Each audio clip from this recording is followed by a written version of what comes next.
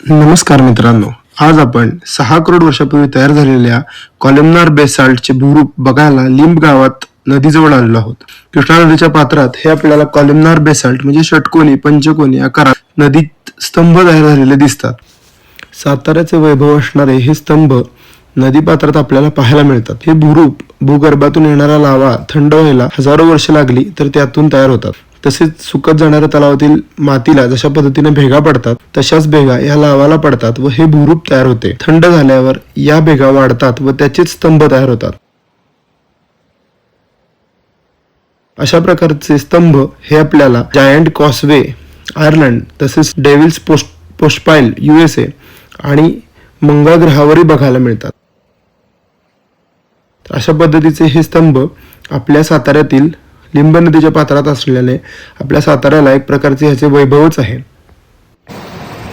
लिंब गावातील सप्तकोटेश्वराचे प्रसिद्ध मंदिरही ह्या कॉलमनार बेसाल्ट वरच उभे आहे. खाली दिसणारा हा सर्व कॉलमनार बेसाल्ट लाखो करोडो वर्षापासून तिथे टिकून आहे. त्याच्यावर असणारे हे मंदिर अत्यंत सुरेख असून त्याच्या शेजारीलच भागात अशा पद्धतीचे षटकोनी अनेक ठिकाणी उभार दिसून येतात.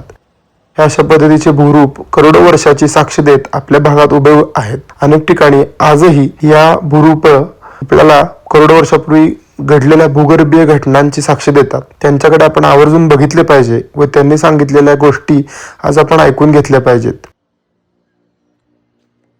तर नक्कीच तुम्ही लिंब गावातील या कॉलमनार बेसाल्ट असलेल्या भागाला सुद्धा भेट द्या. बघण्यासारखे हे ठिकाण असून सर्व जमिनीच्या क्षेत्रात खाली तुम्हाला षटकोनी भेगा पडलेल्या दिसून येतात. तसेच या भेगा खालपर्यंत जाऊन त्याचेच पुढे स्तंभ तयार झालेले असतात.